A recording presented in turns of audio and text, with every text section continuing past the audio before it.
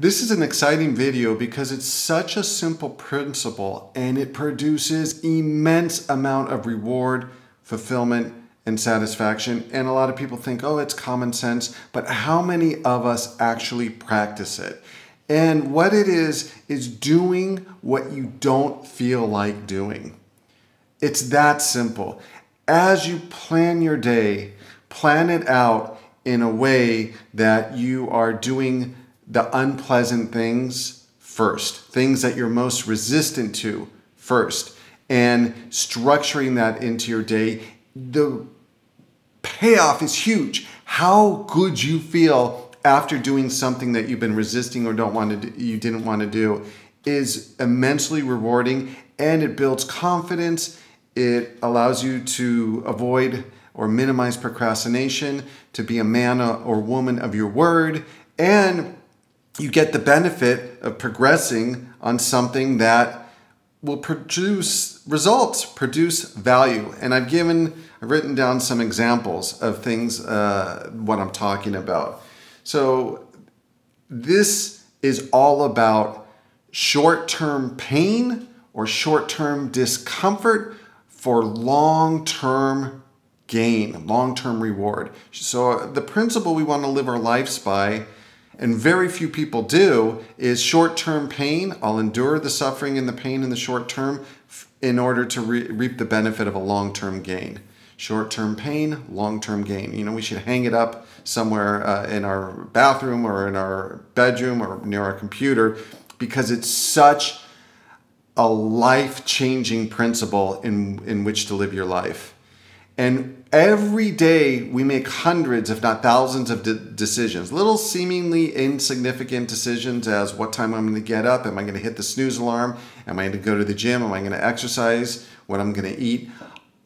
All of these things, what I'm going to say, all these things have a big impact. The cumulative effect of all our tiny decisions has a huge impact in the destiny in our lives. And when we are feeling unsatisfied, unfulfilled, we're not following this principle.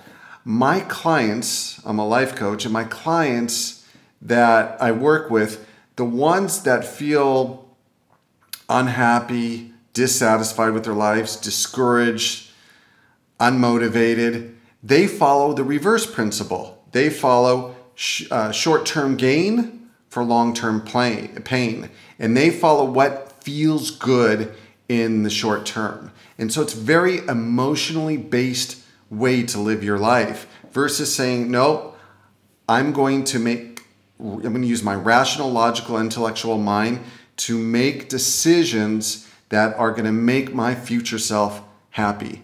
And what we have is a constant battle between your short-term self and your future self.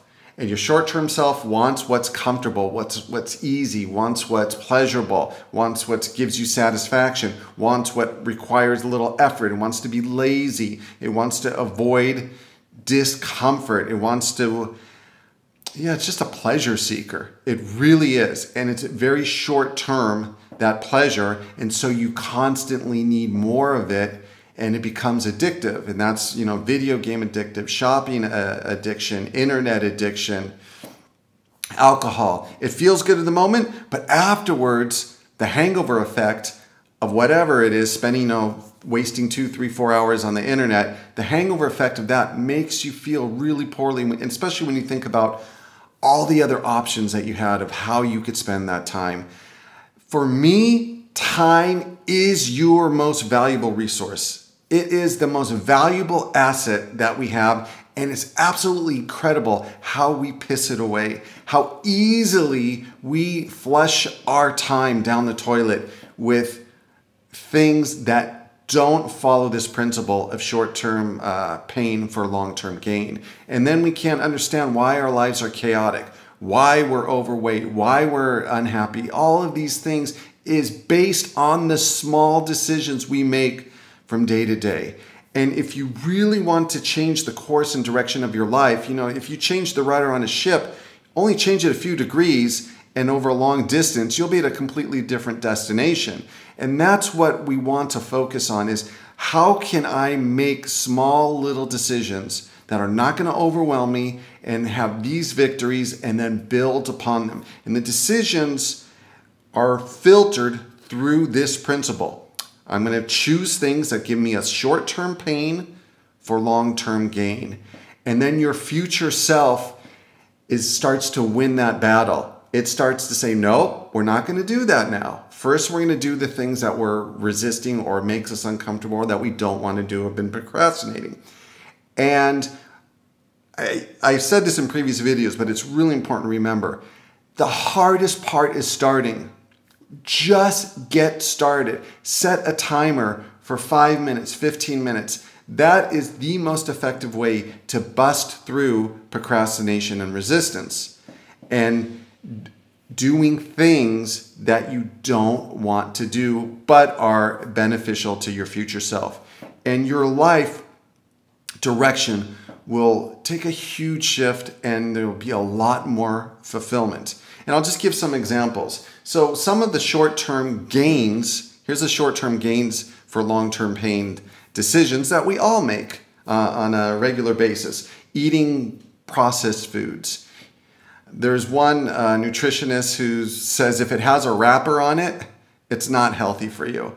The things on the outside of the grocery store, you know, the fresh foods, fresh fruits, fresh vegetables, fresh meats, those are the things that are going to be the healthiest. But we choose that short-term reward of the Big Mac, of the cookie, of the chocolates, of the junk food, and we're only thinking of short-term gain. And then who pays the price? Our future self. To the point that it actually kills us. It slowly kills us. So those decisions, those little seemingly insignificant decisions really, really matter, because you're talking about your energy levels by eating healthy. You're talking about your weight by eating healthy. You're talking about all different types of diseases, heart disease, diabetes, and all these things. And you really want to start young. I've read they've even diagnosed that they can detect heart disease in children nowadays because of how much junk food and processed food they eat. Another example is things in motion stay in motion. And our short-term gain that we're all susceptible to is being sedentary. Nothing really good happens unless it's planned and structured, like you're doing work and things like that, when we're sedentary in pleasure mode. We tend to just waste and burn time. Now, there's nothing wrong with having it structured and say, you know what, I want to sit and watch a movie, or I want to research something on the internet, or I just want to watch some YouTube videos and stuff like that. If it's structured and it's not excessive, no problem with that. But it tends to be excessive, and a lot of people don't realize how much of their lives they flush down their toilet staring at a screen. Because I'll have clients and we'll start tracking, no, I don't watch that much screen time. Screen time is anything with the screen, whether that's a TV, whether that's a computer, whether that's your phone, and you'll be shocked at how much time you spend on screens. It's absolutely crazy. And until you track it, you don't realize how serious the addiction is, because that's what it is an addiction. And when we're sedentary, we're more susceptible to giving into those addictions and short-term pleasures. And just staying moving, just going out and walking, or just getting up and not sitting too long, going to do the dishes, going to clean the house, going to talk to someone. Even if you're on the phone, just moving around, you're a lot more motivated and incentivized with movement. Sedentary is not good. So what we want to do, moving, short-term pain for long-term gain. There's so many benefits. And that's another thing when you're making these decisions, is figure out your why. Why am I doing this? Why am I cutting out the internet time? And have a replacement for it. Some of my clients, they'll do art, coloring or something like that, or they will do a hobby, or they'll build something like woodworking or things like that. There's all different types of things that you can replace your screen time with that makes you feel fulfilled. And I call it afterglow. How do you feel after you do the activity or the action that you are engaged in. And it's usually when it's a short-term gain for long-term pain, you don't feel good. And so we're just going to flip those tables. The other thing is, another thing we can do is, instead of the screen times, reading a book, talking to someone. Here's another huge one that comes up in coaching and I help people navigate, is how to deal with frustrations when people are irritating you, when people are bothering you, when people have done things that are hurtful to you. What most people do is they do the short-term gain, and they'll stuff it. They won't express how they feel. They'll just keep it inside, and they won't have that uncomfortable conversation because they fear it's going to lead to discomfort, it's going to lead to a fight, which usually is not the case. But then we have this long-term pain where we start feeling frustrated or angry, or we become distant with the person because we're stuffing our emotions and we're not expressing it. What we want to do rather is that short-term pain of having that difficult, uncomfortable conversation. Hey, you know what you really did hurt me. That action and made me feel bad. And what I would prefer you to do next time is X, Y, and Z. Or setting boundaries with people. That's a short-term pain, but man, the gain for it long-term is huge. Money is another big one that people struggle with. This principle. Usually, we spend an inordinate amount of money on that short-term pleasure. I have some clients that spend hundreds of dollars or thousands of dollars every month on going out to eat and ordering. Now with everything that's going on, they're ordering food to be delivered. And there's nothing wrong with that if you made a conscious decision that, hey, this is how we want to spend the money. But it's really, I just call it expensive poop. All that stuff, you get no long-term value for it. It's a very short reward. And that's just my belief in how my value system. I'm not saying everybody's like this, and I know some people are foodies and really enjoy food. But if you have it structured and say, okay, this is our budget, we're going to stick to this budget, then you are making more of a balanced decision between your future self and your short-term self. So it's not just constant ordering food and spending all kinds of money, where that money could be going towards. That's just one example. People shop on Amazon and all these different things where they may have these expenses because they're bored, because they're dissatisfied, because they feel like they need the thing, or that they want to keep up with appearances with other people. But how we spend our money really reveals what your values are. And other people's values can be, hey, you know what? I don't want to spend this money frivolously. I want to save for retirement. I want to invest the money. I want to buy the money, save the money for a down payment on a house. I want to save it for a rainy day in an emergency.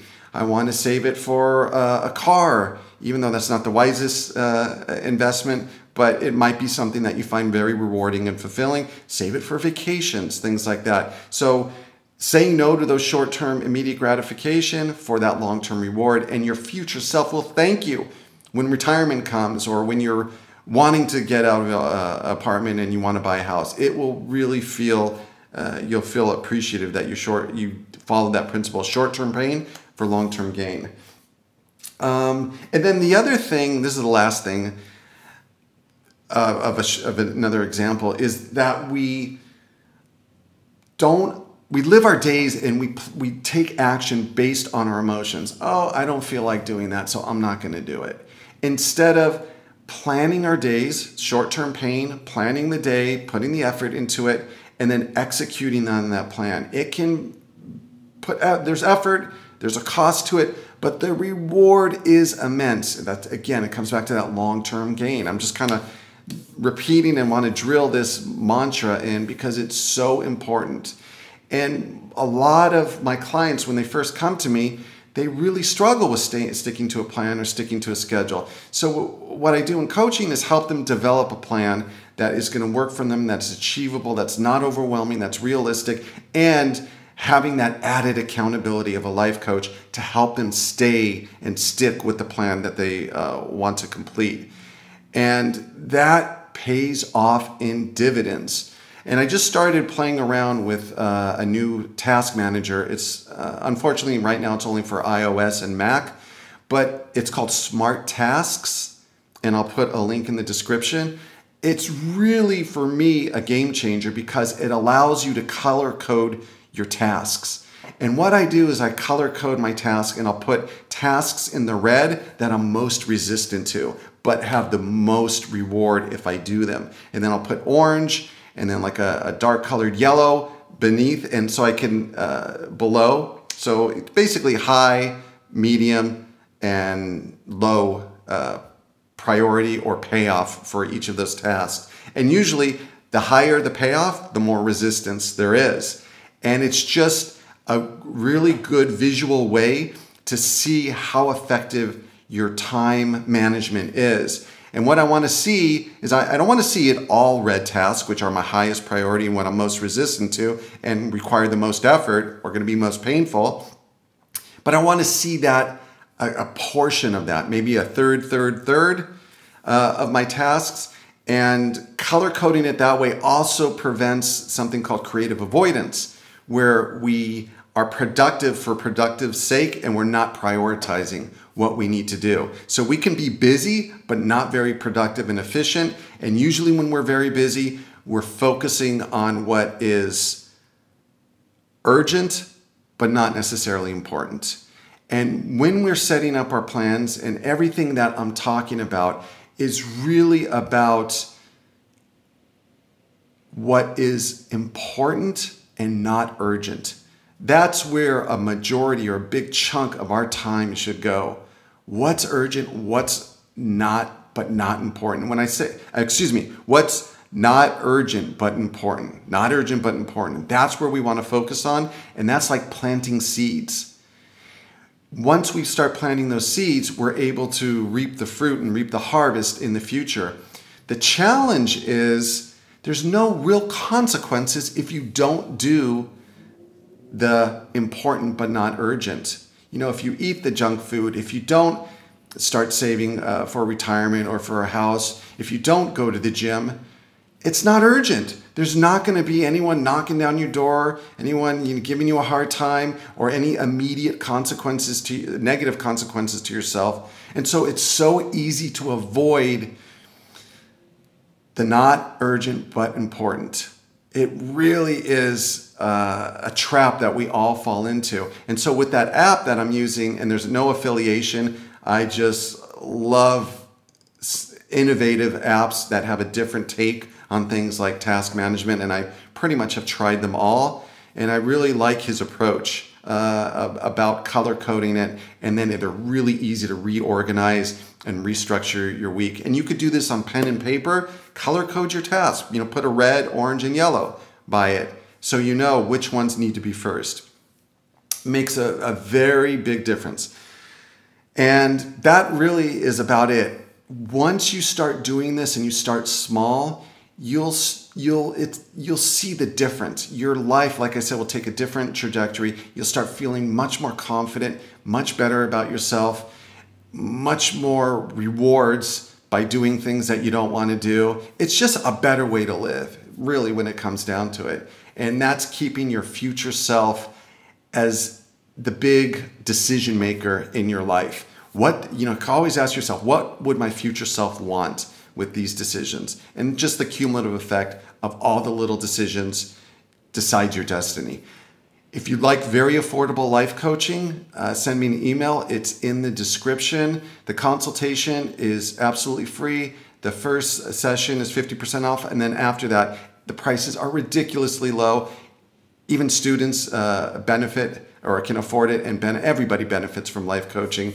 And I encourage everyone. I have a lot of viewers that have been viewing my channel for years. I think my channel has been around, 10, 11 years. So there's, if you want to give it a try, there's absolutely no obligation.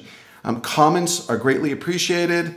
And if you'd like to support the channel, there's a PayPal link in the description. And if you found value, please like, subscribe, and share the video. It really helps to increase the viewership. A lot of the people that watch my channel, I get comments or emails saying, I don't understand why your channel doesn't have more subscribers. And it's hard to get noticed in YouTube this day and age. So anything you can do, everything I'm giving away is free. A lot of my videos don't even have advertising. So anything you can do to help grow and support the channel is really appreciated. And until next time, thanks for watching. Bye-bye.